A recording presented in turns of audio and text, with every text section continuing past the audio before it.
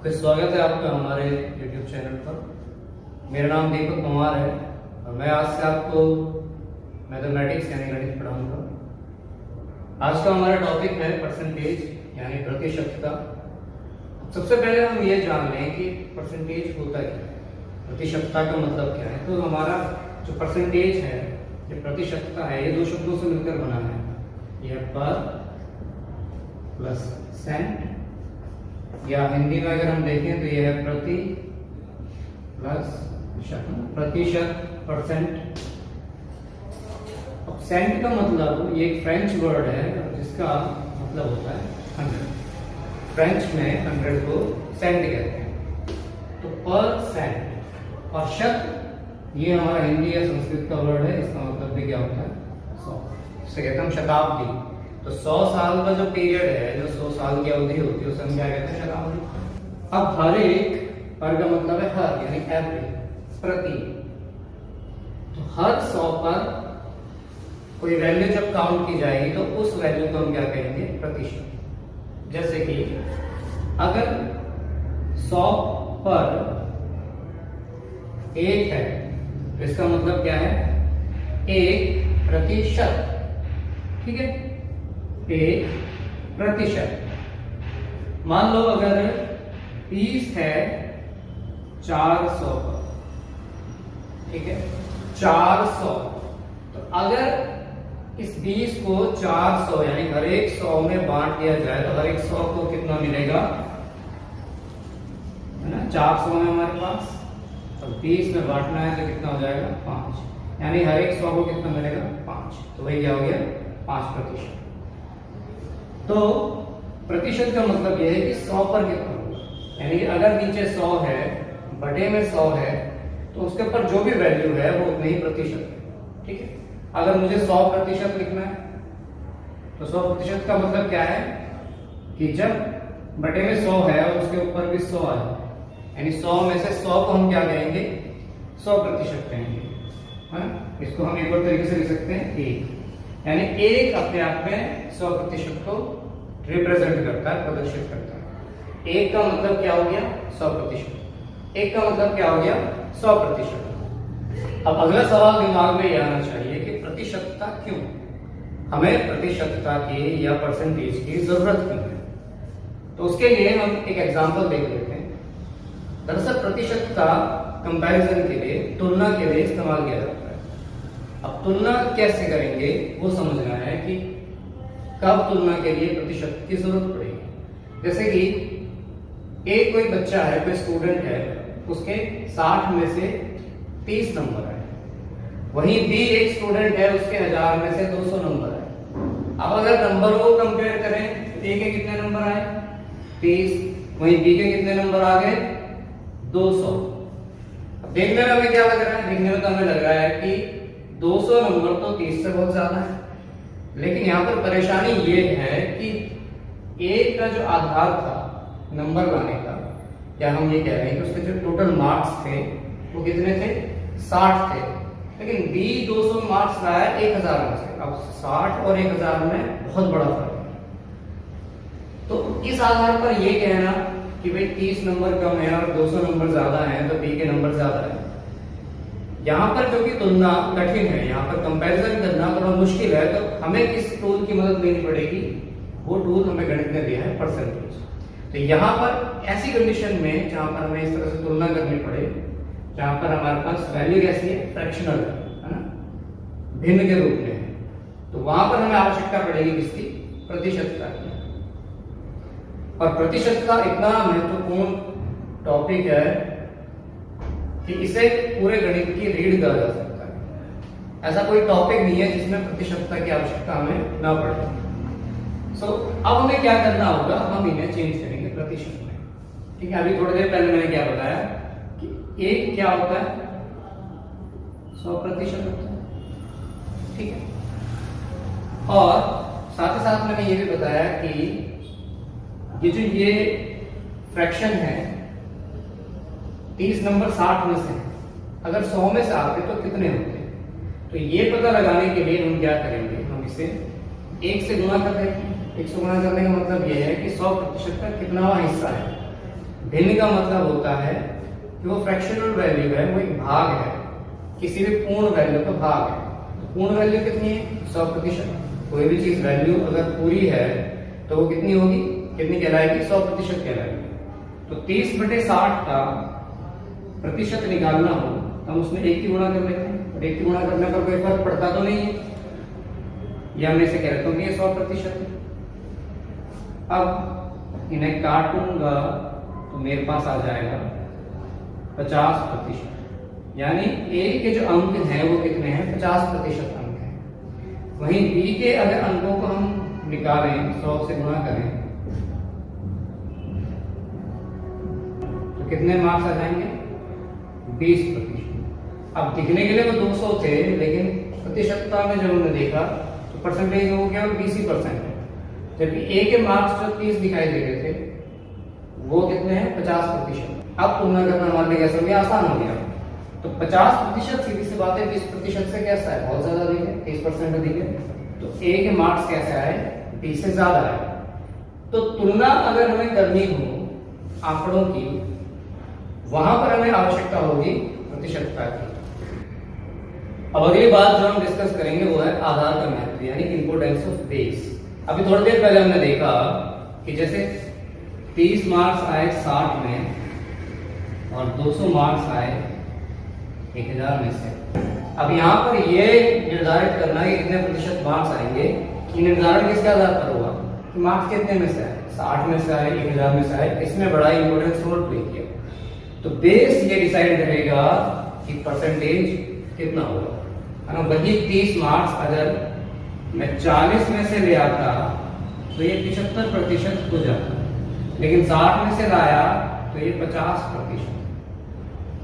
ठीक है, तो बेस डिसाइड करेगा कि कितना प्रतिशत होगा। तो बेस बहुत ज्यादा इंपॉर्टेंट है, इतना इंपॉर्टेंट है कि बिना बेस के हम सोच भी नहीं सकते कि हम प्रतिशतता की गणना कर सकते हैं। एक एग्जांपल हम ले लेते हैं। सपोज दैट कोई कंपनी है पी, और उसने एक साल में सपोज 10 लाख रुपए की कमाई की। वहीं क्यू एक कंपनी है, उसने 1 करोड़ रुपए की कमाई की। अब अगर हमें इनकी तुलना करनी हो कि किसने ज्यादा कमाया, तो हमें सीधा सीधा क्या दिखाई दे रहा है? 1 करोड़ 10 लाख से बहुत ज्यादा। लेकिन अगर प्रतिशतता के आधार पर हमें तुलनात्मक अध्ययन करना हो, इनकी तुलना करनी हो, तो कैसे करेंगे? अब हमें ये तो मालूम ही नहीं है कि इसका पिछला टर्नओवर या पिछली कमाई कितनी थी, और पी की भी पिछली कमाई का हमें ज्ञान नहीं है। यहाँ भी कह सकते हैं हमें आधार तो मालूम ही नहीं कि किस आधार पर हम ज्ञात करेंगे कि इन्होंने कितना कमाई में, इनकम में इंक्रीमेंट किया है, वृद्धि की है, या कमाई घट गई है। ठीक है, इस बात पर भी डिपेंड करेगा। अब मान लो उनका पिछले साल इन्होंने 10 लाख रुपए ही कमाए थे, लेकिन इन्होंने कमाए थे 2 करोड़ रुपए। ठीक है, तो 10 लाख पिछले साल कमाए, 10 लाख इस साल कमाए, तो 10 लाख पर 10 लाख की इंक्रीमेंट हो रहा है, कमाई हो रही है, तो कितना आ गया? ये 1, या यूं कह लो 100%। लेकिन 1 करोड़ इस साल कमाए, पिछले साल कमाए थे 2 करोड़, तो कितना हो गया? 1/2, है ना। आधार हो गया क्या? 2। और अब जो वर्तमान में कमाई है वो 1 करोड़ की है, और इसको 100 से गुणा करके अगर मैं प्रतिशत में बदलूंगा कितना आ जाएगा? 50%। तो उनकी इनकम 100% है, वो पहले के जितना ही कमा रहे हैं, लेकिन इनकी कमाई हो गई है पहले से आधी, 50% रह गई। तो इसका मतलब अगर बेस मालूम ना हो, हमें केवल इतनी वैल्यू दी गई होती और ये वैल्यू ना दी गई होती, तो हम बिल्कुल भी निर्धारित नहीं कर पाते कि इनकी प्रतिशत इंक्रीमेंट या कमाई कैसे बढ़ी है या कैसे हुई है। तो इसका मतलब आधार का महत्व बहुत ज्यादा है। अब आधार के महत्व को हम कैसे देखेंगे? अभी हमने देखा कि 1/2 की वैल्यू कितनी आएगी? 50%। अभी आधार निर्धारित करेगा कि कितने प्रतिशत होगा। सपोज हमें दिया गया है 3/2 और हमसे कहा जाता है कि प्रतिशत में बदलिए। अब आधार अगर 2 है तो 1/2 मतलब आधार अगर 2 है तो हमें समझना है सीधा सीधा कि किसको दिखा रहा है, 50% को दिखा रहा है। आधार किसको निर्धारित कर रहा है, प्रतिशतता को निर्धारित कर रहा है। 2 किसको निर्धारित कर रहा है, अगर आधार यानी बटे में 2 है, डिनोमिनेटर 2 है, तो इसका मतलब 50%, और ये उसका कितना है, 3 गुना है। 50% का 3 गुना है, तो टोटल कितना हो गया, 150%, 150%। तो आधार डिसाइड करेगा। अगर अपॉन में 3 है तो इसे हम चेंज कर लेंगे 33 से 1/3%, या इसे हम ऐसे भी देख सकते हैं कुछ सवालों में 33.33%। ठीक है, ये 3 जो है कटता ही रहेगा, तो इतना हम लिख लेते हैं। ऐसे 1/4 को अगर हमें फ्रैक्शन वैल्यू में चेंज, फ्रैक्शन 1/4 जो फ्रैक्शन वैल्यू है, अगर इसे हमें प्रतिशतता में चेंज करूं तो कितना हो जाएगा, 25%। तो ऐसे ही एक पूरी लिस्ट आपको यहाँ पर दी गई है। इस लिस्ट में से आपको ये वैल्यूज प्रैक्टिस करनी है। एक होता है याद करना, एक होता है रटना। जब हम प्रैक्टिस करेंगे तो हमें याद हो जाएंगे, हमें रटनी नहीं है। रटेंगे तो हम उन्हें जल्दी ही भूल जाएंगे। लेकिन वो जो वैल्यूज हैं उन्हें आपको नोट कर लेना, और जब कभी भी आप परसेंटेज से रिलेटेड कोई सवाल करेंगे, कोई परसेंट वैल्यू आ गई, सपोज अगर आपको 20% दिया है, तो अब आपको टेबल में से देखना है कि ये वैल्यू कितनी है, 1/5 को प्रदर्शित करती है। या मान लो आपको दिया गया है 3/5, तो अब 1/5 बटे में 5 का मतलब 20% है, ये उसका 3 गुना है, तो 20 के कितना हो जाएगा, 60%। ठीक है, तो जब कभी भी सवाल करो तो टेबल को यूज करो। जब एक वैल्यू को 3-4 सवालों में हम यूज कर लेंगे तो वो वैल्यू हमें आसानी से याद हो जाएगी। तो या हमें रटने की जरूरत नहीं है, सवालों को करते करते, प्रैक्टिस करते करते हमें कुछ ही समय में ये वैल्यूज अपने आप याद हो जाएंगे। तो ये डरने की जरूरत नहीं कि इतनी बड़ी टेबल हमें दे दी, इसे याद कैसे करेंगे। तो याद करना बहुत आसान है, प्रैक्टिस करो, अपने आप याद हो जाएगा। ओके, जो टेबल हमने अभी देखी उसके आधार पर अब हम कुछ सवालों को डिस्कस कर लेते हैं। यहाँ पर सवाल है प्रतिशत में बदलिए, कुछ फ्रैक्शन वैल्यूज हमें दी हैं और इन्हें हमें प्रतिशत में बदलना है, इन भिन्नों को प्रतिशत में बदलना है। तो हमने टेबल में देखा था और अभी थोड़ी देर पहले हमने डिस्कस किया कि हमें किसको देखना, सबसे पहले बेस को देखना है। तो पहले सवाल को हम देखते हैं, हमें क्या दिया है, 3/5। 3/5 को अगर मुझे प्रतिशत में बदलना है तो मुझे सबसे पहले क्या देखना है, आधार। आधार कितना है मेरा, 5, और बटे में अगर 5 दिया है तो इसका मतलब कितना है, 20%। 20%, और ये 1/5 का कितना है, 3 गुना है, 3/5। तो मुझे क्या करना है, इसका भी 3 गुना कर लेना 20% का, उत्तर कितना आ जाएगा, 60%। ओके, अगले सवाल को देखते हैं, 1 सही 2/3। अब 1 सही 2/3 में जो 1 है ये एक पूर्ण वैल्यू है ना, 1 का मतलब क्या है, 100%। पहले हमने डिस्कस किया 1 का मतलब क्या है, 100%। तो ये 100% तो अलग हो गया, और अब बचा हमारे पास 2/3।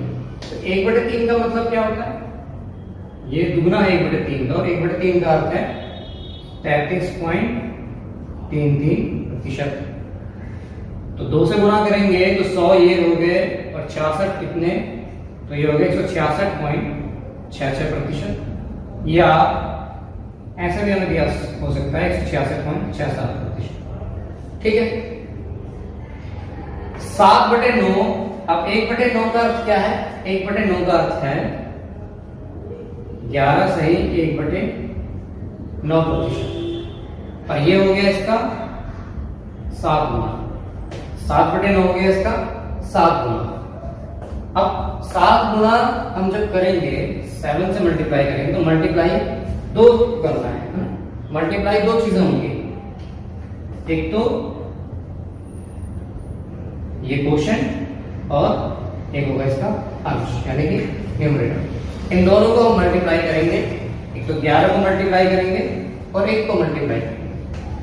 तो 11 के 7 से जब गुणा करेंगे तो 11 सत्ते 77, और 7 की 1 को गुणा करेंगे तो 7 एकम 7। कितने प्रतिशत आ जाएगा, ठीक है। ओके, तो ये क्वेश्चन नंबर 4 है। 5/11 में अब हम पहले देखेंगे बेस कितना है। तो बेस है हमारा 11, अगर बेस 11 है इसका मतलब है 1/11 का मतलब हो गया 9 सही 1/11%। ओके, अब इसको गुणा करना है 5 से, क्योंकि 1/11 का 5 गुना है। अब गुणा करते समय हमें वही ध्यान रखना है कि गुणा होगा एक तो हमारा कोशेंट यानी जो सही में है, और दूसरा जो हमारा अंश है, इन दोनों गुणा करेंगे। 5 से जब 9 को गुणा करेंगे आ जाएगा 9 × 45। ओके, और जब 1 को गुणा करेंगे तो आ जाएगा 5 एकम 5/11%। तो 5/11 क्या हो जाएगा हमारा 45 सही 5/11% हो जाएगा। अब आखिरी सवाल है 20/7। अब यहाँ पर जो हमारी यहाँ पर जितने भी फ्रैक्शन हमें दिए गए थे, ये तो एक मिक्स्ड फ्रैक्शन था, मिश्रण भिन्न थी। ये कैसे इम्प्रॉपर फ्रैक्शन, इम्प्रॉपर फ्रैक्शन में क्या होता है अंश हर से बड़ा होता है, अदरवाइज सब में क्या था अंश हर से छोटा था। तो इसको पहले इस तरह से मिश्र भिन्न में लिखेंगे। ये हो गया 7 दूनी 14 बच गया 6/7। तो 2 का मतलब क्या हो गया, 1 का मतलब 100%, 2 का मतलब 200%। तो 200% तो 1 हो गई, ऊपर है 1/7। अब टेबल में हम देखें तो टेबल में 1/7 का मतलब क्या है 14 से ही 2/7%। इसको गुणा किससे करनी है हमें 6 से। अब फिर ध्यान रखना है कि जब हम गुणा करेंगे तो एक 14 को गुणा करेंगे और एक गुणा करेंगे हम 2 को। ठीक है, तब हम गुणा कर लेंगे 14 से 84, तो 200% तो हमारे पास है 84, और 6 दूनी 12, 12/7%। तो कुल मिलाकर हो जाएगा 284 तो पूरे पूरे हमारे पास, और 12/7%। अब यहाँ पर समस्या ये है कि कभी भी जब हम प्रतिशत में चेंज करेंगे तो हमारा अंश हर से बड़ा नहीं होना चाहिए, न्यूमरेटर हमेशा डिनोमिनेटर से छोटा होना चाहिए। तो फिर हम देखते हैं अगर 7 हिस्से करें और ऐसे 12 हिस्से हैं हमारे पास, है ना। फ्रैक्शन का मतलब क्या है कि किसी भी चीज के हमने 7 बराबर हिस्से किए और उसमें से हमारे पास कितने हिस्से हैं 12। तो जैसे 7 बराबर हिस्से किए किसी चीज के और उसके 7 हिस्से हमें मिल जाए तो कितनी हो जाएगी, पूरी 1 हो जाएगी। तो ये 7 पूरा होके यहाँ पर 1 पूरा हो गया और बच गए कितने 5। तो इस 12 को मैं कैसे लिख सकता हूँ 7 + 5 लिख सकता हूँ। तो जैसे 7 हुए 1 कंप्लीट हो गया, तो 284 हमारे पास पहले ही है, 1 और कंप्लीट हो गया तो ये हो गया 285 सही 5/7%। ठीक है, तो इस तरह से हम एक भिन्न को प्रतिशत में बदल सकते हैं। अब एक और सवाल हम डिस्कस कर लेते हैं।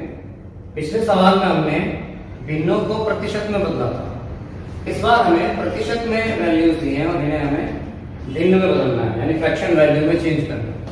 अब 80% को हमें फ्रैक्शन वैल्यू में चेंज करना है, तो हमें याद करनी होगी वो टेबल जहां पर हमने देखा था कि किसी फ्रैक्शन वैल्यू के लिए क्या परसेंटेज वैल्यू है या किसी परसेंटेज वैल्यू के लिए क्या फ्रैक्शन वैल्यू है। तो परसेंटेज वैल्यू को हमें याद करना है कि क्या क्या वैल्यूज हमारे पास थी। जैसे 80% है, ये 20 से कटता हुआ दिखाई देता है। अब कुछ लोग कहेंगे ये तो 10 से भी कटता है, 5 से भी कटता है, तो सब तरह से हम करके देखेंगे। लेकिन बड़ी से बड़ी वैल्यू हम ढूंढ लेते हैं, 40 भी हो सकता है, लेकिन 20 ऐसी वैल्यू है जो हमने वहां टेबल में पढ़ी है। ठीक है, तो 20% का मतलब क्या होता है, 20% का मतलब होता है 1/5। ठीक है, और 80% बनाने के लिए 20% को 80% बनाने के लिए 4 से गुणा की गई है ना। अगर 20% को 4 से गुणा कर दूं तो वही बन जाएगा जो मुझे ज्ञात करना है।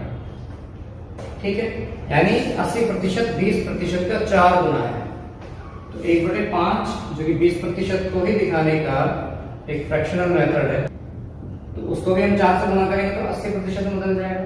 तो हम क्या करेंगे 1/5 को 4 से गुणा करेंगे, हो जाएगा 4/5%। ठीक है, 45%। अच्छा, अगर 20 ना लेकर के हम ये देख हमारे दिमाग में आता 10% तो कैसे करते हैं, तो उसको भी हम देख लेते हैं। अगर 10% दिमाग में आता तो 10% कितना होता है 1/10 होता है। ओके, और हमें निकालना कितना है 80%। तो 80% जो है 10% का 8 गुना होगा। यहाँ भी हम 8 की गुणा कर देते हैं। तो यहाँ मैं देख रहा हूँ कि 2 से 8 भी कट जाता है, 10 भी कट जाता है, तो वैल्यू कितनी आएगी 4/5 जो कि यहाँ पर आएगी। तो कोई भी वैल्यू हम यूज कर लें, आंसर तो हमारा सेम ही आना है। अब 45% को देख लेते हैं। 45% में 45% 5 से कटता है, ठीक है, 9 से भी कट जाएगा, 5 से भी कट जाएगा, तो 5 से कर लेते हैं। 5% बराबर होता है कितना, 1/20, ठीक है। और 45% 5 का 9 गुना है, कितना गुना है, 9 गुना है, तो 1/20 का भी 9 गुना होगा, तो 9 एकम 9/20 इसकी वैल्यू आ जाएगी। ऐसे ही 105%। अब ध्यान रखना है कि जब वैल्यू 100 से ऊपर चली जाती है तो जितने भी 100 हैं उतने पूर्णांक ले लेंगे। तो यहाँ पर 100 है तो इसका मतलब ये 1 को दिखाएगा। फिर बच गया कितना हमारे पास, 5%। इसको ऐसे ले लेते हैं 100% जमा 5%, तो 100% दिखाएगा 1 को, और 5% किसको दिखाएगा, 1/20 को। तो ये हो जाएगा हमारा 1 सही 1/20%। इसको ऐसे लिख सकते हैं 20 से कम 20 और 21/20% भी लिख सकते हैं। तो डिपेंड करेगा कि ऑप्शन क्या दिया होगा, ठीक है। तो ऐसे भी लिख सकते हैं और ऐसे भी लिख सकते हैं। अब 240 में कितने 100 हैं, 200 है, तो 200 का मतलब क्या हो गया, 2।